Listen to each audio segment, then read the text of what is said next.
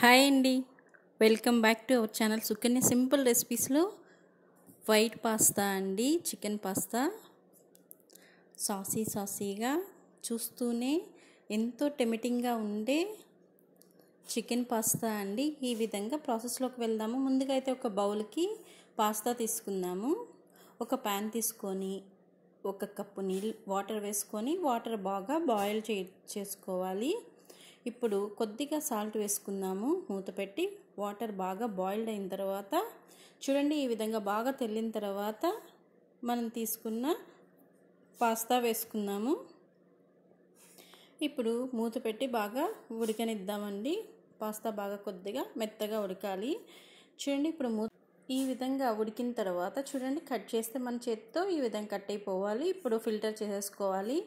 Water అంతా తీసేసిన తర్వాత కొద్దిగా ఆయిల్ వేసుకోవాలి. చూడండి, ఈ విధంగా ఆయిల్ వేసుకున్నందువల్ల పాస్తా అతుక్కోకుండా పొడి పొడిగా ఉంటుంది. ఇప్పుడు బోన్లెస్ చికెన్ తీసుకుందామండి. కొన్ని పీసెస్, ఒక 100 గ్రామ్స్. ఇప్పుడు కొద్దిగా బటర్ వేసుకొని కొంచెం ఆయిల్ వేసుకొని ఈ చికెన్ని బాగా ఫ్రై చేసుకోవాలి. చూడండి, మూత పెట్టి ఈ విధంగా మగ్గిన తర్వాత కొంచెం అంత సాల్ట్ వేసుకుందాము. కొద్దిగా అంత పెప్పర్ పౌడరు, కొద్దిగా చిల్లీ ఫ్లేక్స్ వేసుకొని మంచిగా ఫ్రై చేసుకోవాలి. చూడండి, ముక్కంతా బాగా వేగిపోయింది. ఈ విధంగా ఫ్రై అయిన చికెన్ని మూత పెట్టి గ్యాస్ ఆఫ్ చేసేసుకొని పక్కన ఉంచుకుందాము.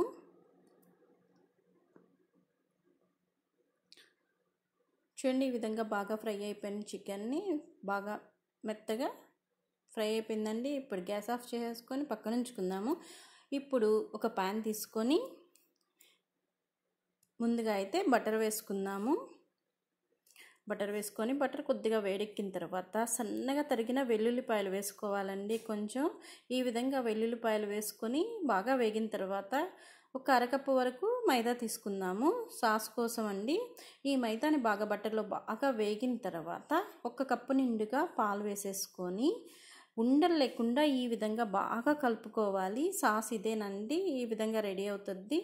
పాలు సరిపోకపోతే కొద్దిగా ఒక సగం కప్పు వరకు పాలు వేసుకుందాము. ఇప్పుడు బాగా కలుపుకున్న తర్వాత కొద్దిగా పెప్పర్ పౌడరు, కొద్దిగా ఆర్గానో వేసుకొని మంచిగా కలుపుకోవాలి. ఇప్పుడు తగినంత సాల్ట్ వేసేసుకుందాము దీంట్లో.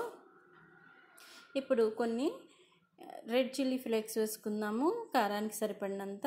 చూడండి, ఇప్పుడు 2 చీజ్ క్యూబ్లు ఈ విధంగా వేసేసుకొని, చీజ్ క్యూబ్స్ కానీ చీజ్ తురుము కానీ వేసేసుకొని బాగా కలుపుకొని ఈ విధంగా మన సాస్ అయితే రెడీ అయిపోయిందండి.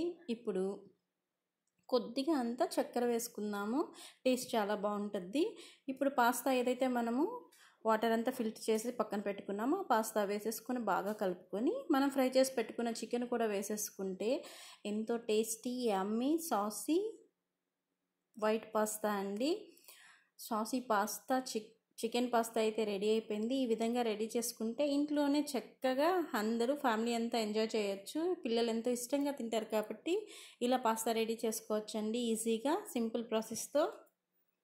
వైట్ చికెన్ పాస్తా అండి, చాలా టేస్టీగా, చాలా టెంప్టింగ్గా, యమ్మీగా ఉంటుంది. ఈ విధంగా మనం సర్వ్ చేసుకుంటే చాలా టేస్టీగా ఉంటుంది. చూడండి, చక్కగా మన ఇంట్లోనే అన్ని ఇంట్లో ఉండే వాటితోనే చక్కగా ప్రిపేర్ చేసేసుకోవచ్చండి. ఎక్కువ స్పైసీ లేకుండా ఇలా చేసుకుంటే చాలా టేస్టీగా ఉంటుంది. నచ్చితే లైక్ చేయండి, షేర్ చేయండి, సబ్స్క్రైబ్ చేయండి. Please subscribe my channel. ఎంతో టేస్టీ యమ్మీ చికెన్ పాస్తా అండి.